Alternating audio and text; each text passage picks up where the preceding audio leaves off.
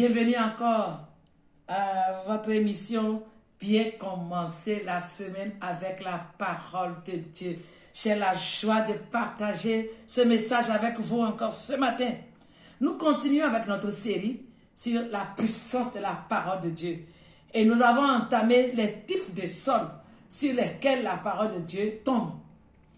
Et le résultat dépend du lieu sur lequel la parole de Dieu est tombée. La semaine passée, on a parlé des cœurs incrédules, c'est-à-dire qui représentent le long du chemin. Aujourd'hui, nous allons lire toujours Matthieu 13, les versets 5 et 6. Jésus dit, une autre partie, en parlant de la semence toujours, tomba dans les endroits pierreux, où elle n'avait pas beaucoup de terre. Elle leva aussitôt parce qu'elle ne trouva pas un sol profond. Mais, quand le soleil parut, elle fut brûlée et sécha faute de racines. Voilà le second type de cœur sur lequel la parole de Dieu parfois tombe. Le sol pierreux. Jésus dit ici, la semence qui est tombée sur le sol pierreux, comme il y avait un peu de terre, la plante a poussé. Mais elle n'avait pas de racines à cause des pierres. Et lorsque le soleil parut, rapidement, la plante a séché. Pourquoi? Faute de racines. Qu'est-ce que cela représente? Ça, c'est l'image des cœurs qui reçoivent la parole avec joie, mais la foi n'est pas profonde, elle est éphémère. C'est-à-dire, quand la parole de Dieu sort, Amen, on crie Amen, Amen, oui, pasteur, prêche, on peut même dire, on est tellement excité en écoutant, la joie est là, oui, c'est la vérité.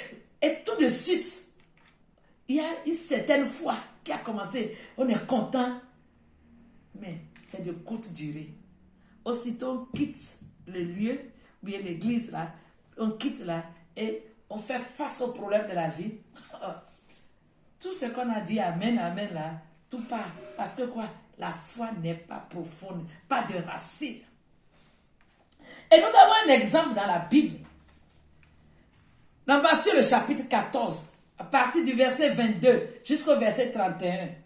Il est question là de la traversée de la mer. Les disciples devraient traverser la mer dans la nuit seuls. Et en pleine mer, une grande tempête se souleva, les vagues étaient si violentes. Les disciples avaient peur. Et c'est en ce moment qu'ils ont vu Jésus qui venait à leur rencontre en marchant sur ce qui les faisait peur à eux. Alléluia. Jésus marchait sur la mer qui faisait peur aux disciples en ce moment. Et quand Pierre, Jésus a dit, rassurez-vous, c'est moi. Et Pierre dit, hein? Maître, si c'est toi, écoutez bien la parole. Si c'est toi, ordonne que je vienne vers toi. Jésus dit, Pierre, viens. Malgré la tempête, malgré le vent, tellement Pierre était tellement content qu'elle a entendu que c'est Jésus qui a dit, viens. Il a cru que lui aussi pouvait faire la même expérience que le Seigneur. Il fait quoi? Il sort de la barque. Malgré le vent, malgré la tempête, malgré les vagues en furie, il sort. La foi était là. Il pose le pied sur la mer, et un deuxième, il a commencé par marcher sur l'eau. Une expérience extraordinaire. Mais pour combien de temps? Je ne sais pas pour combien de mètres Pierre a pu marcher sur l'eau.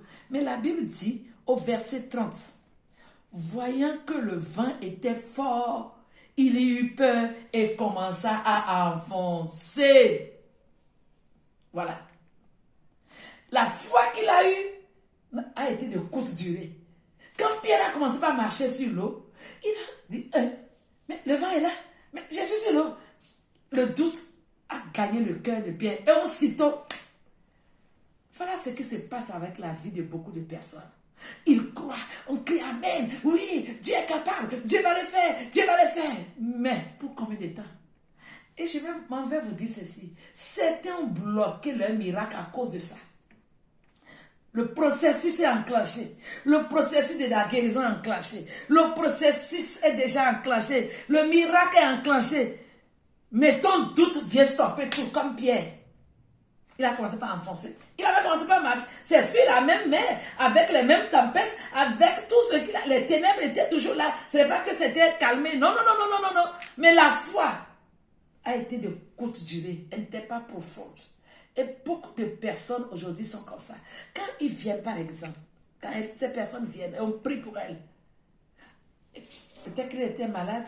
Après la prière, on sent que... on dit, est-ce que c'est la prière de tout de suite là déjà ou bien je devais être guéri, ou bien c'est trop rapide pour être vrai quand même.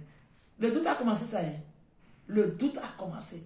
Et ça fait quoi? Ça bloque l'accomplissement total du miracle. Voilà le type de cœur. Les cœurs pierreux. Pas de racines profondes. Je prie ce matin que le Seigneur active la foi des uns des autres. Si vous avez une foi semblable à celle de Pierre qui n'était pas solide, que le Seigneur vous fasse grâce. S'il y a peut-être un miracle que votre doute a bloqué, implorez la miséricorde de Dieu ce matin. Il vous fera grâce. Que personne n'ait un cœur pierreux. Manque de foi. L'agitation stérile.